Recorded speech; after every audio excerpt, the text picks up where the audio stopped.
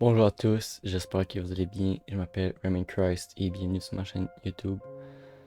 Alors, dans cette vidéo-là, j'avais sur le cœur de parler de Romains 2. Alors, Romains 2, c'est un très bon passage. Puis, c'est quand même un passage assez difficile à comprendre parce que Paul avait cette telle révélation-là de l'Évangile.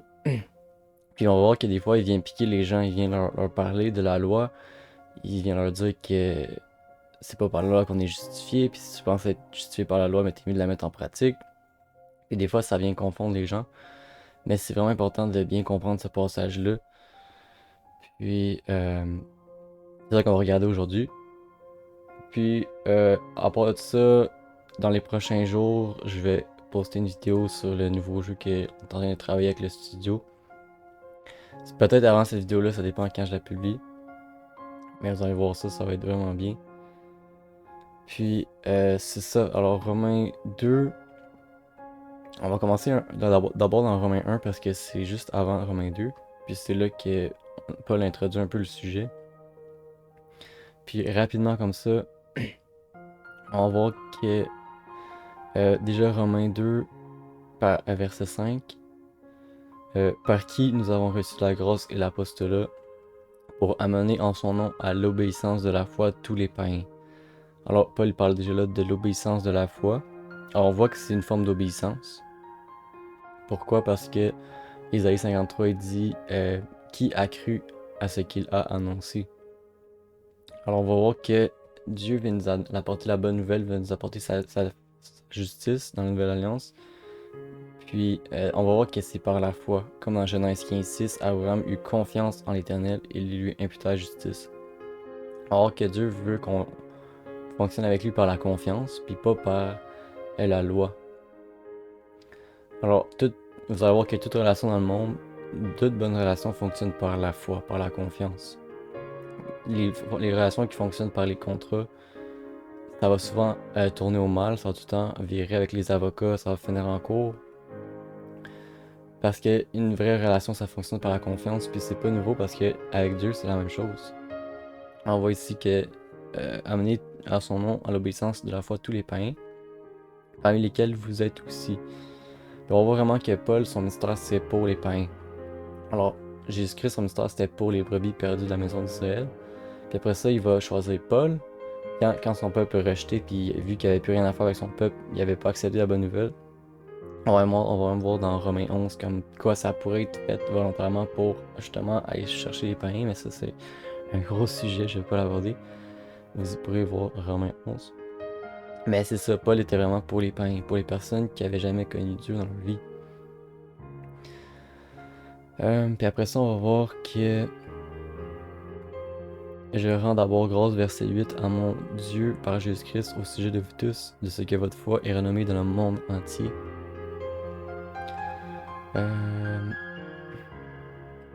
Puis après ça, on va voir verset 15. J'ai un vif désir de vous annoncer aussi l'évangile à vous qui êtes à Rome. Verset 16. Car je n'ai point honte de l'évangile. C'est une puissance de Dieu pour le salut de quiconque croit, du juif romain puis du grec.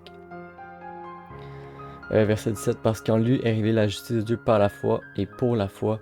Selon ce qu'il est écrit, le juste vivra par la foi. Alors ça, c'est capital parce que faut savoir d'abord qu'est-ce que Paul établit comme base. Puis après ça, on peut aller dans Romains 2. Alors vous allez dire pourquoi on va dans Romains 1, je vais voir Romains 2, mais c'est vraiment important, vous allez voir. Parce que Romains 2, il y a des gens qui pensent que Paul vient d'amener le salut par les œuvres. Quand Romains 1, il dit clairement, en lui est révélée la justice de Dieu. Alors on parle d'une révélation de la justice de Dieu qui est par la foi et pour la foi. Selon ce qui est écrit, le juste vivra par la foi. Alors c'est vraiment important de voir que une personne juste ne peut pas vivre par ses bonnes œuvres, ses mauvaises œuvres, mais doit vivre par la foi. Comme Abraham eut confiance en l'Éternel et cela lui fut imputé à la justice. On en voit même le concept de l'imputation de la justice dans l'Ancien Testament, dans Genèse 15. Alors on voit pas ça dans Malachie, on voit ça dans Genèse 15. C'est carrément au début de la Bible. Puis, on voit après ça, 18, la colère de Dieu se révèle du ciel contre toute impiété et toute justice des hommes qui retiennent injustement la vérité captive. Alors on voit que Le scandale de l'évangile, c'est quelque chose de réel. Alors, il y a beaucoup de personnes, même des chrétiens, qui rejettent la grâce de Dieu. Ils vont dire avec des mots qu'ils ils acceptent la grâce de Dieu, mais juste après, leur cœur révèle qu'ils n'ont pas accepté la grâce de Dieu, ils n'ont pas accepté la bonne nouvelle. Euh, Car ce qu'on peut connaître de Dieu est manifeste pour eux, Dieu leur ayant fait connaître. Après ça, il va parler de les perfections invisibles de Dieu sont visibles depuis la création du monde. Quand on les considère dans ses ouvrages, ils sont donc inexcusables. Alors on voit le concept de qu'on n'a pas d'excuses devant Dieu. On peut pas dire oh, je savais pas que tu existais, je savais pas que tu étais réel. Alors on est en 2025 justement à cause de Jésus-Christ. Alors le monde tourne autour de Dieu dans toutes les façons. Que ce soit les noms de villes, les noms de rues, mais surtout au Québec, là, Dieu est partout. Puis, puisqu'ayant connu Dieu, ils n'ont point glorifié comme Dieu. Puis on parle de l'égarement, on voit vraiment qu'à un certain point, quand tu rejettes Dieu à un tel point, Dieu te donne un esprit réprouvé, c'est-à-dire que Dieu te donne à tes convoitises, en fait. Puis c'est là qu'on va voir toutes les impuretés qu'on peut connaître. C'est vraiment un point dangereux à atteindre. C'est vraiment quand Dieu a dit c'est bon, j'ai tout fait pour toi, t'as pas voulu accepter mon amour, t'as pas voulu te réconcilier avec moi. Mais vas-y dans tes péchés. Puis ça, je souhaite ça à personne. Alors, quand il dit que personne n'a un cœur mauvais au point de mauvais et incrédule au point de rejeter le Dieu vivant, c'est vraiment ça.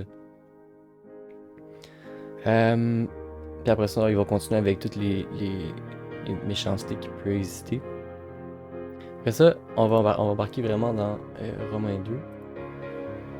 Puis ça va vraiment nous aider à comprendre Romains 1. Alors j'espère que ma tête cache pas trop, sinon je peux me tasser un petit peu. Alright, fait que là, verset 1. Ô homme, qui que tu sois, toi qui juges, tu es donc inexcusable, car en jugeant les autres, tu te condamnes toi-même, puisque toi qui juges, tu fais les mêmes choses.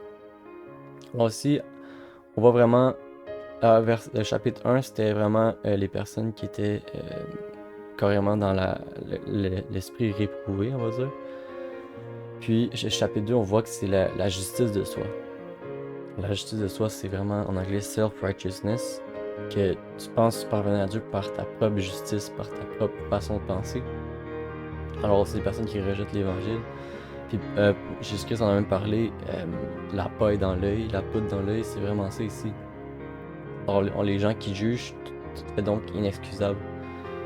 Parce qu'en jugeant les autres, tu te condamnes toi-même, parce que toi qui juges, tu fais la même chose. Alors, ça, ce qui veut dire, c'est qu'on est tous des pécheurs. Puis si tu juges les autres sans réaliser que toi-même tu es un pécheur, ben, c'est comme si tu te condamnais toi-même. Nous savons en effet que le jugement de Dieu contre ceux qui commettent de telles choses est selon la vérité. Et penses-tu, ô homme, toi qui juges ceux qui commettent de telles choses et qui les fait, que tu échapperas au jugement de Dieu? Alors c'est vraiment ça, des fois, les personnes, sans s'en rendre compte, ils mettent un standard, ils disent « Ah, moi je suis sauvé parce que j'ai fait telle bonne chose, mais tous ceux en bas de moi, ils sont pas sauvés, ok? » Puis ça, on appelle ça la justice de soi.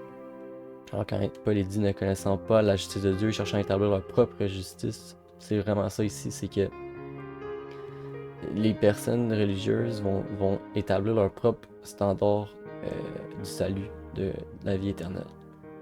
Alors ils mettent de côté l'évangile de Jésus-Christ, puis ils viennent établir leur propre façon de faire, puis ils viennent contrôler les autres à travers ça.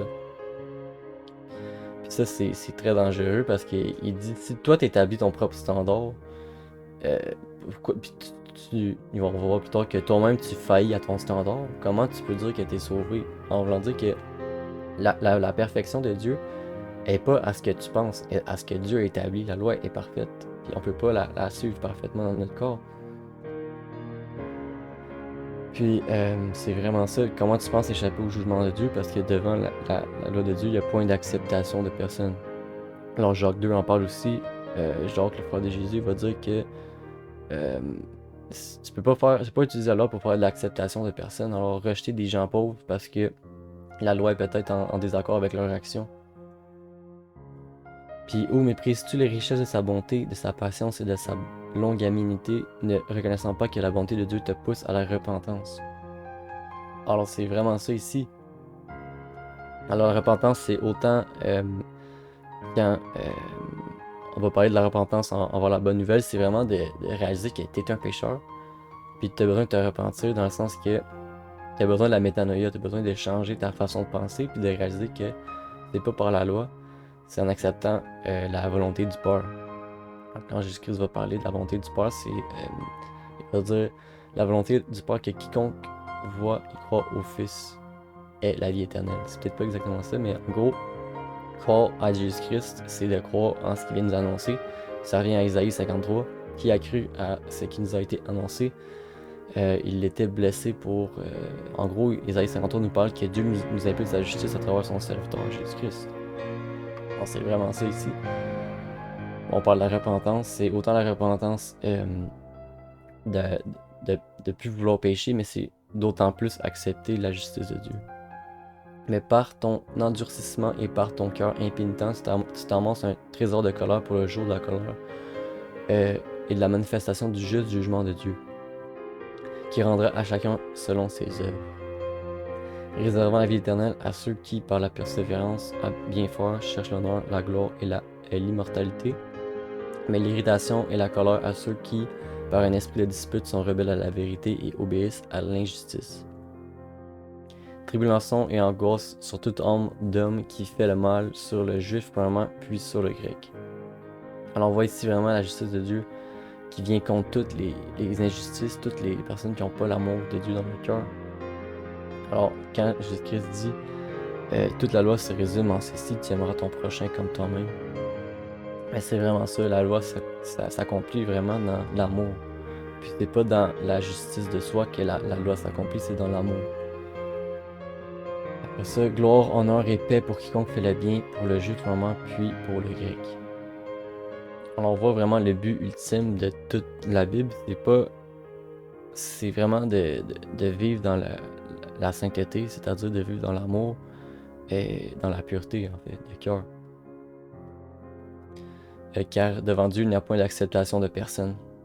Alors c'est ça qui arrive, c'est que des personnes, le danger c'est qu'ils pensent que Dieu va faire grâce à eux, mais pas aux autres, ou que eux, ils vont avoir une faveur devant Dieu pour quelconque raison qu'on connaît pas. Mais Dieu, il fonctionne pas comme ça. Dieu, c'est est-ce que tu as placé ta confiance en son sacrifice qu'il a fait pour toi ou non. C'est pas plus compliqué que ça. C'est vraiment ça quand on va voir la parabole des conviviers. C'est que le roi, il fait des noces pour son fils. Puis il invite tous les gens dans le royaume, puis personne ne veut venir. Alors, les gens ils disent non, on est occupé, on n'a pas le temps, là, laisse faire tes noces. Là. Puis après ça, il va dire c'est bon, il va renvoyer des serviteurs pour leur annoncer ça, ils vont se faire tuer. Après ça, il va dire bon, maintenant allez vers les pauvres, vers les meurtriers, vers les personnes de mauvaise vie.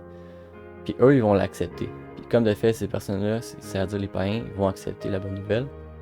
Puis après ça, quand ils vont être aux noces, tout le monde va avoir leur habit de noces, mais il y a une personne qui rentre sans ses habits de noces. Là, il va dire qu'est-ce que tu fais ici sans tes habits de noces? Puis là, il va dire mettez-le dans les ténèbres du dehors.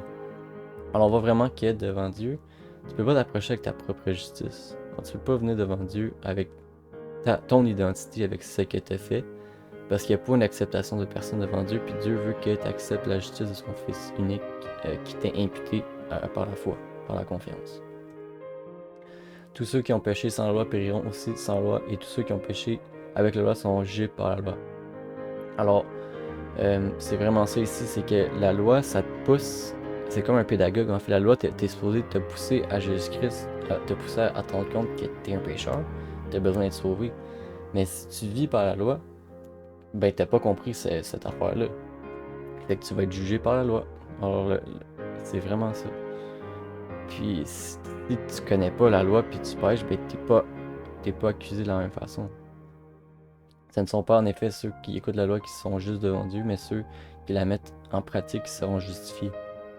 Alors on voit ici deux concepts, c'est que premièrement, la loi c'est pas quelque chose que tu laisses traîner dans ton esprit puis tu te dis je la connais fait que je suis juste. Non, c'est vraiment quelque chose que tu dois mettre en pratique pour que ça te justifie. Mais on va clairement voir que il y a des personnes qui utilisent ce verset-là pour dire que on peut être justifié par la loi. Alors ça c'est vraiment triste parce qu'ils prennent un verset, hors de contexte, puis ils viennent tout détruire ce que Paul a fait dans son histoire. Ils voient une contradiction, puis ils prennent pas le temps de la réconcilier avec le reste des versets. Puis ici, c'est vraiment de voir que, premièrement, Paul dans son histoire a tout le temps parlé que le juste vivra par la foi, puis on n'est pas justifié par les œuvres, par la loi. Alors clairement ici, c'est pas ça qu'il veut dire. Puis en gros, ce qu'il est en train de dire, c'est que si tu penses vivre par la loi pour être justifié, c'est pas juste en la connaissant que tu vas être juste, c'est en la mettant en pratique. Puis quand les païens qui n'ont point la loi font naturellement ce que la loi prescrit, ils sont, eux, qui n'ont point la loi, une loi pour eux-mêmes. Alors c'est vraiment ça ici, c'est que les païens, eux, qui n'ont pas la loi, ils la mettent en pratique quand même. Ben, il va parler juste après. Il montre que l'œuvre de la loi est écrite dans leur cœur, leur conscience en rendant témoignage et leurs pensées s'accusant, se défendant tour à tour. Alors on voit que la loi de Dieu est écrite dans notre cœur. C'est quelque chose que, tu sais, peu importe dans quel pays tu es, ça va être probablement commandé de ne pas tuer des gens. Alors, c'est quelque chose qui paraît banal, mais on se dit, ouais, mais c'est juste une loi. Mais c'est comme ça partout dans le monde. Puis, tu sais, il y en a qui parlent de la théorie de l'évolution, mais pourquoi faudrait vivre? Tu sais, s'il n'y a pas de Dieu, pourquoi le but de la vie, ce serait de pas mourir puis de vivre? Pourquoi ça serait pas juste de s'entretuer puis d'en finir le plus vite possible, vous comprenez? Alors on voit que c'est un standard plus grand que nous, ça vient de Dieu en fait. Le verset 16, c'est ce qui paraîtra au jour où, selon mon évangile, Dieu jugera par Jésus-Christ les actions secrètes des hommes. Alors c'est vraiment ça ici, c'est que Dieu va juger toutes les choses qu'on peut même pas penser ou qu'on a oubliées. Puis il y a deux types de jugements. Il y en a un jugement pour ceux qui n'auront pas accepté Jésus-Christ, que là vraiment tu vas subir les pleines conséquences, tandis que tu as le jugement pour les personnes qui ont accepté Jésus-Christ, la bonne nouvelle. Ce jugement-là, c'est probablement les récompenses, puis c'est aussi une perte de récompense. Alors c'est plus le jugement pour la destruction, mais c'est le jugement pour les récompenses en fait. On va voir que ceux qui auront désobéi, ben, ils vont perdre ces récompenses-là éternelles qu'on aurait pu avoir. Toi qui te donne un nom de juif, qui te repose sur la loi, qui te glorifie de Dieu, qui connaît sa volonté et qui apprécie la différence des choses étant instruit par la loi. Alors on voit ici que la différence des choses, d'après moi, ce qu'il veut dire, c'est que des fois, il y en a qui pensent que ils font une différence entre certaines choses. On le voit dans Jacques 2, encore une fois, qu'il y a des gens qui faisaient différence entre les pauvres et les riches. Puis l'amour n'est pas supposé te pousser à faire ça. Toi qui te flattes d'être le conducteur des aveugles, la lumière de ceux qui sont dans les ténèbres. Alors c'est vraiment ça, c'est qu'on peut voir que Jésus va parler du conducteur des aveugles. C'est choquant, c'est parce que aveugles, c'est ceux qui n'ont pas la révélation, qui l'ont pas accepté. Ils sont aveugles, ils connaissent pas vraiment c'est quoi la volonté ultime de Dieu, qui est la foi en son Fils Jésus-Christ, puis que c'est vraiment ça, on est libéré de la loi, puis le docteur des insensés, le maître des ignorants, parce que tu as dans la loi la règle de la science et de la vérité. Puis c'est ça, on va voir Nicodème, pas Dieu, Jésus-Christ va comment dire que c'est la nouvelle naissance, puis là, Nicodème comprenait pas ça, puis il va clairement lui dire que tout ce que tu as appris, ça vaut rien, tu comprends? C'est vraiment ça, il faut qu'on comprenne les choses spirituelles à travers ce que Jésus-Christ dit. Puis quand il parle d'aveugle, c'est spirituellement ici. Puis le maître des ignorants, puis c'est vraiment ça, c'est que des gens qui connaissent la Bible au complet, connaissent plein de choses à propos de Dieu, mais ils n'ont pas compris c'était quoi vraiment la Bible, c'est quoi que ça nous enseigne. Bon, c'est vraiment ça la religion. Parce que tu as dans la loi la règle de la science et de la vérité. Alors même Paul va parler que la loi c'est un pédagogue pour nous mener à Christ. Toi donc qui enseigne les autres, tu ne t'enseignes pas toi-même. Toi qui prêches de ne pas dérober, tu dérobes. Toi qui dis de ne pas commettre d'adultère et tu commets l'adultère. Toi qui as en abomination les idoles, tu commets des sacrilèges. Toi qui t'es fait une gloire de la loi, tu déshonores Dieu par la transgression de la loi. Car le nom de Dieu est à cause de vous blasphémé parmi les païens, comme cela est écrit. La circoncision est utile si tu mets en pratique la loi, mais si tu transgresses la loi, ta circoncision devient incirconcision. On voit deux concepts ici, c'est que premièrement, faut que tu sois un témoignage devant les autres, puis c'est pas en désobéissant à la loi que tu vas être un témoignage, mais aussi que on va voir qu'il y a des personnes qui vivent par la loi. Alors, il y a beaucoup de religions qui enseignent qu'on peut arriver au ciel par la loi, mais eux-mêmes ils transgressent la loi. Alors il va dire, t'as beau être circoncis, mais si tu désobéis à la loi, ta circoncision est incirconcision, en voulant dire que ça vaut rien. Si donc l'incirconcis observe les ordonnances de la loi, son incirconcision sera-t-elle pas tenue pour circoncision? L'incirconcis de nature qui accomplit la loi ne te condamne-t-il pas, toi qui la transgresses, tout en ayant la lettre de la loi et la circoncision? On voit que un coup que cette révélation-là, un coup que tu as cette connaissance-là, que ok, je connais toute la loi, ben ton standard, ce qu'on attend de toi est encore plus élevé, vous comprenez?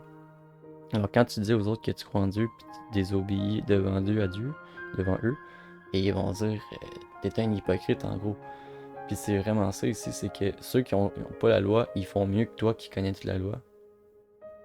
Ben ça vaut plus grand chose, vous comprenez?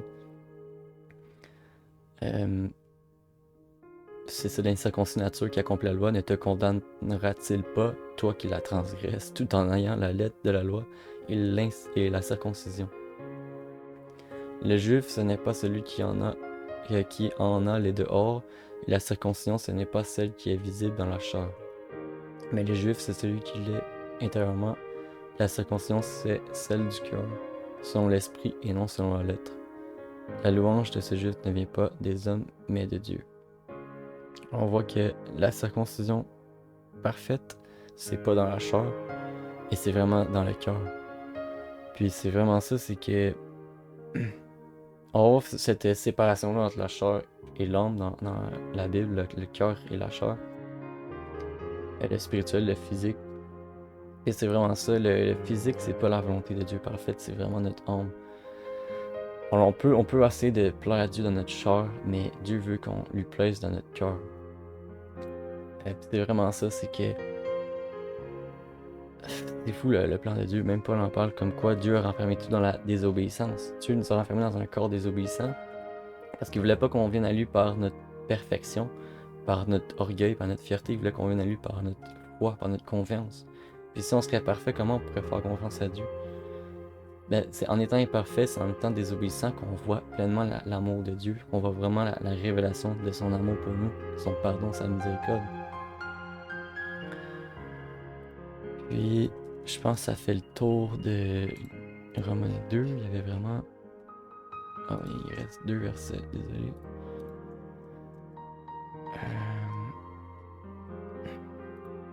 Some all... Ok, je pense que c'est la fin, je suis sûr parce que... Ouais, il y avait 29 versets. Alors ça fait le tour des Romains 2. On a vu un peu Romains 1 aussi. J'espère que ça vous a éclairci. Puis je pense que c'est des très beaux passages. Ils sont quand même un peu difficiles à comprendre, mais quand tu les comprends bien, ça vient confirmer tout ce qui est dit dans la Bible et non contredire comme certaines personnes pourraient dire. C'est vraiment de voir que premièrement la loi, c'est pas quelque chose qu'on connaît puis qu'on oublie, mais c'est quelque chose qu'on doit mettre en pratique. Mais aussi c'est pas quelque chose qu'on met en pratique pour être justifié. Alors les commandements de Dieu, faut les respecter, mais faut pas penser qu'on est justifié par ça parce que on devient quand il va dire toi qui juges et qui fais la même chose, en voulant dire qu'on est tous des pécheurs. Quand Jésus-Christ dit je suis pas venu appeler à la repentance des justes mais des pécheurs, à des malades, je suis pas venu à des personnes. En gros, il dit je suis pas venu à appeler à la repentance des personnes qui sont parfaites, mais des personnes qui sont imparfaites, qui ont besoin d'être guéries. C'est vraiment ça. Il va même dire la parabole du temple, là, deux personnes allaient monter au temple pour prier. Un était pharisien et l'autre publicain, si je me trompe pas. Puis il y en a un qui parle à Dieu comme étant parfait, puis comme étant meilleur que les autres. Puis l'autre parle à Dieu comme étant quelqu'un qui a besoin de pardon, puis de miséricorde. Puis on va voir que c'est la personne qui a accepté, qui était pécheur, qui a reconnu sa condition, qui était justifiée devant Dieu. Tandis que l'autre personne n'était pas justifiée. C'est vraiment ça, c'est que Dieu veut qu'on vienne à lui dans la confiance et non par nos bonnes actions, par notre justice de soi. Oh, je pense que ça fait le tour, ça fait déjà 25 minutes. J'espère que ça vous a béni, j'espère que vous avez appris quelque chose à travers ça. Alors, je vous encourage à lire la parole de Dieu, vraiment prendre le temps de la lire, puis de la comprendre, pas juste prendre un verset aléatoire du jour, puis de dire que j'ai lu ma Bible. Vraiment la lire de A à Z, puis de vraiment prendre le temps de comprendre. Puis, on peut dire qu'on connaît Dieu, mais on peut pas connaître Dieu sans lire sa parole. Puis, pour vraiment aimer Dieu, puis vraiment pour avoir la foi en Dieu, honnêtement, il faut lire sa parole. Tu peux pas avoir la foi en Dieu sans comprendre qui il est. Parce que, nécessairement, quand tu connais pas Dieu, tu as comme cette crainte-là de dire il va me juger. Mais plus que tu lis la parole, plus que tu réalises que c'est pas. Plus que tu lis la parole, plus que tu meurs à toi, honnêtement. Parce que plus que tu réalises que tu viens pas à Dieu avec ton identité, avec ce que tu as fait dans le passé, tu viens à Dieu avec la confiance, tout simplement. Puis c'est ça que Dieu dit, tu peux pas plaire à Dieu sans avoir la foi. Parce que tu peux pas venir à Dieu par ton identité, par ta personne. Quand tu viens à Dieu, tu meurs à toi-même, tu reconnais son amour, tu reconnais sa bonté. Puis c'est en étant mort à toi-même que tu peux pleinement être en communion avec Dieu, pleinement reconnaître son amour, vivre son amour, puis être libre dans ton esprit, dans la paix, dans la joie. Alors je pense que ça fait le tour de ce que je voulais te dire.